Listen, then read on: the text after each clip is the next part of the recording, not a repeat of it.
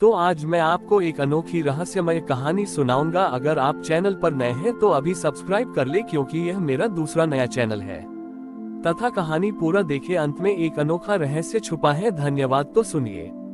बहुत समय पहले एक गांव में वीर नाम का एक कुम्हार रहता था। वीर मिट्टी के बर्तन बनाने में बहुत कुशल था, लेकिन वह बहुत गरीब था। उसके पास इतनी भी जमा पूंजी नहीं थी कि वह अपनी बेटी की शादी कर सके। वह हर दिन मेहनत करता था, पर उसकी गरीबी खत्म होने का नाम ही नहीं ले रही थी। गांव में नवरात्रि का पर्व आने वाला था। गांव के सभी लोग अपने घरों की सफाई कर रहे थे और देवी मां के स्वागत की तैयारी में लगे थे। वीर का बड़ी ही बेटी ने उससे कहा, बाबूजी, इस बार हमें भी मां दुर्गा के लिए एक सुंदर कलश बनाना चाहिए। वीर उदास हो गया। उसके पास कलश को सजाने के लिए ना तो अच्छे रंग थे और ना ही कोई चमकदार सामग्री। वह जानता था कि उसके गांव के अमीर लोग महंगे धातु के कलश इस्तेमाल करते हैं और उसका साधारण मिट्टी का कलश कोई भी पसंद न बड़ी ही करेगा। लेकिन उसकी बेटी ने उसे समझाया, बाबूजी, माँ को दिखावा पसंद नहीं है, उन्हें तो सच्ची भक्ति और ईमानदारी पसंद है। अपनी बेटी की बात सुनकर वीर के मन में एक नया जोश आया। उसने फैसला किया कि वह इस साल नवरात्रि के लिए सबसे खास कलश बनाएगा। उसने कोई महंगी मिट्टी नहीं खरीदी, बल्कि वह गांव के बाहर की उस सूखी नदी के पास गया, जहां सदियों से मिट्टी पड़ी थी। उसने उस मिट्टी को उठाया और उसे अपने आंसुओं और पसीने से गूंथा। नवरात्रि का पहला दिन था। गांव के अमीर लोग अपने अपने घरों में पीतल और सोने के कलश सजा रहे थे, लेकिन वीर ने अपनी छोटी सी कुटिया में अपने हाथों से मिट्टी का एक साधारण सा कलश बनाया। उसने उस कलश को केवल अपने हाथों से नहीं, बल्कि अपनी पूरी आस्था और लगन से गढ़ा था। उसने उसे सजाने के लिए कोई रंग नहीं खरीदे, बल्कि उसने अपने बगीचे से तोड़े गए ताजे फूलों और पत्तियों का इस्तेमाल किया। 9 दिनों तक वीर ने अपने बनाए कलश की पूजा की। वह हर दिन उस कलश के पास बैठकर माँ के 9 रूपों का ध्यान करता। उसकी भक्ति इतनी गहरी थी कि उसे दुनिया की कोई चिंता नहीं थी। उसे बस अपनी बेटी के लिए और अपनी गरीबी के लिए नहीं, बल्कि केवल माँ की कृपा पाने के लिए पूजा करनी थी। नवरात्रि का 9वां दिन था। गांव के मुखिया ने घोषणा की कि जिस किसी के कलश में सबसे ज्यादा पवित्रता और श्रद्धा होगी, उसे सम्मानित किया जाएगा। सभी अमीर लोग अपने चमकदार कलश लेकर आए, लेकिन जब उन्होंने वीर के साधारण मिट्टी के कलश को देखा तो वे हंसने लगे। तभी एक अद्भुत घटना हुई। अचानक वीर के मिट्टी के कलश से एक दिव्य ज्योति निकली। वह ज्योति इतनी तेज थी कि सभी की आंखें चौंधिया गईं। उस ज्योति में माँ दुर्गा स्वयं प्रकट हुई। उन्होंने मुस्कुराते छोटे उड़ाते हुए कहा, हे मेरे भक्तों, मेरे लिए वह कलश सबसे पवित्र है जो सोने और चांदी का नहीं, बल्कि भक्ति और विश्वास का बना हो। वीर के इस मिट्टी के कलश में जो प्रेम और श्रद्धा है, वह किसी भी धातु के कलश में नहीं मिल सकती। माँ दुर्गा ने वीर को आशीर्वाद दिया। उसी क्षण वीर के घर में एक धन का ढेर प्रकट हो गया। उसकी गरीबी दूर हो गई और वह अपनी बेटी की शादी अच्छे से कर पाया। गांव के सभी लोग वीर के सामने नतमस्तक हो गए। उस दिन से वीर ने अपनी कला का उपयोग केवल धन कमाने के लिए नहीं, बल्कि लोगों में भक्ति और विश्वास जगाने के लिए किया। उसने ये साबित कर दिया कि जब कला सच्ची आस्था से जुड़ती है, तो वह सबसे बड़ा धन और आशीर्वाद लेकर आती है। माँ दुर्गा के साक्षात दर्शन और आशीर्वाद के बाद वीर का जीवन पूरी तरह से बदल गया। उसकी गरीबी दूर हो गई थी और वह अपनी बेटी की शादी अच्छे से कर पाया। लेकिन उसने अपने धन का उपयोग केवल अपने लिए नहीं, बल्कि पूरे गांव के लिए किया। उसने एक सार्वजनिक कुम्हारशाला खोली, जहां वह गांव के युवाओं को बिना किसी शुल्क के मिट्टी के बर्तन बनाना सिखाता था। वीर ने अपने शिष्यों को सिखाया कि मिट्टी केवल एक सामग्री नहीं है, बल्कि वह जीवन का प्रतीक है। उसने उन्हें बताया कि जिस तरह मिट्टी को गूंथ कर एक रूप दिया जाता है, उसी तरह हमें अपने जीवन को भी सही दिशा में गढ़ना चाहिए।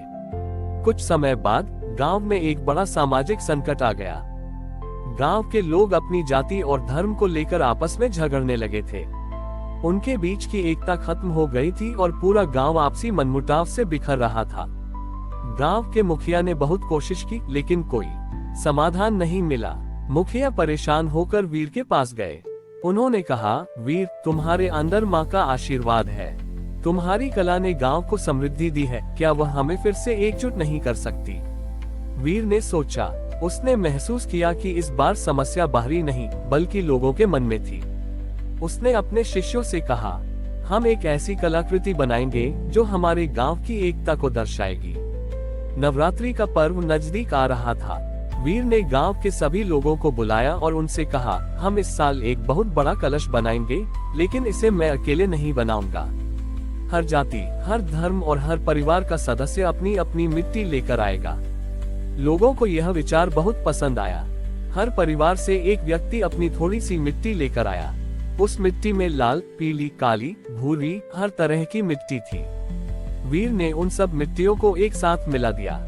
उसने उस मिट्टी को गूंथते समय माँ के मंत्रों का जाप किया और लोगों से कहा कि वे अपने सारे मतभेद और मनमुटाव भूलें। इस कलश को बनाने में अपना योगदान दें। 9 दिनों तक गांव के सभी लोग मिलकर उस विशाल कलश को बनाने में जुटे रहे। किसी ने मिट्टी को गूंथा, किसी ने उसे आकार दिया और किसी ने उसे सजाया। इस प्रक्रिया में वे सब एक दूसरे से बात करने लगे, अपनी पुरानी बातों को भूलने लगे और एक साथ हंसने लगे। नवरात्रि के 9वें दिन जब कलश बनकर तैयार हुआ, तो वह केवल एक मिट्टी का कलश नहीं था, बल्कि वह गांव की एकता और भाईचारे का प्रतीक बन गया था। वह कलश बहुत विशाल और भव्य था, लेकिन उसकी सबसे बड़ी सुंदरता ये थी कि उसमें हर एक व्यक्ति का योगदान था। जब गांव के मुखिया ने उस कलश को देखा, तो उनकी आंखों में आंसू आ गए। उन्होंने कहा, वीर, तुमने सच में जादू कर दिया।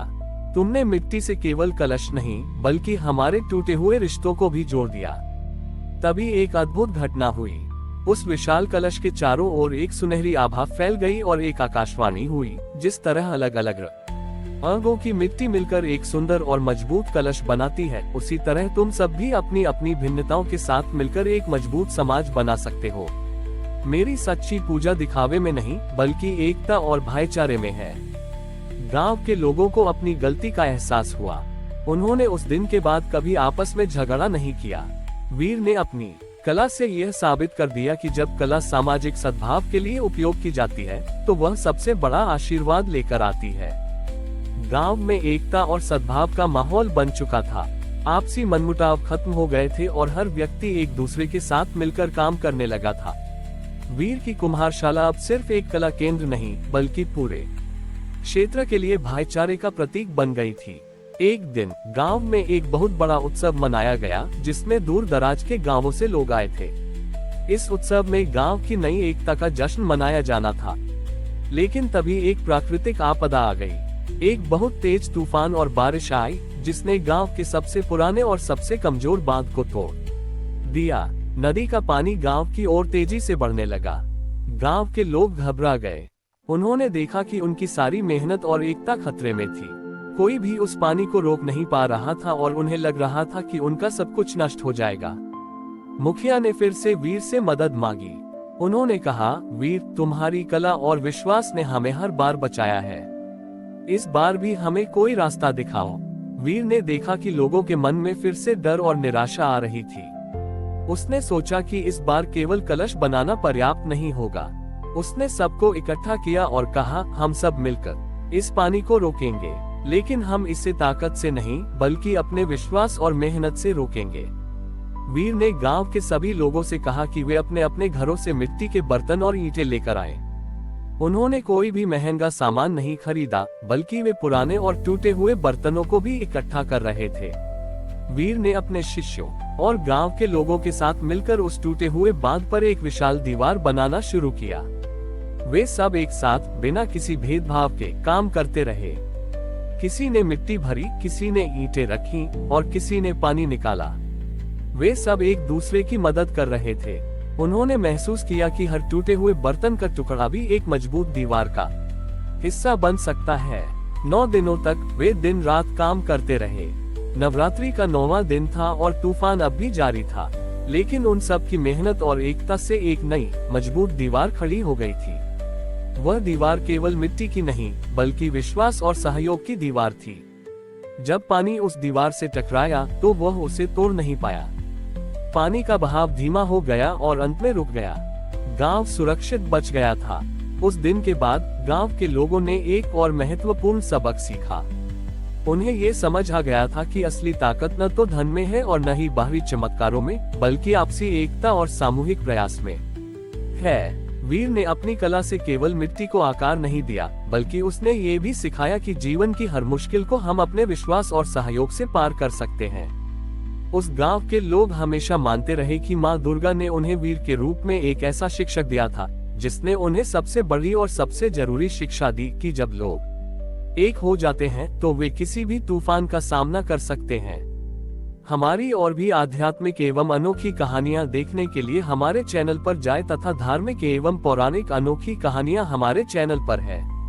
कृपया जाके देखें तथा हमारे चैनल को सब्सक्राइब करके रखें और वीडियो लाइक जरूर करें। धन्यवाद।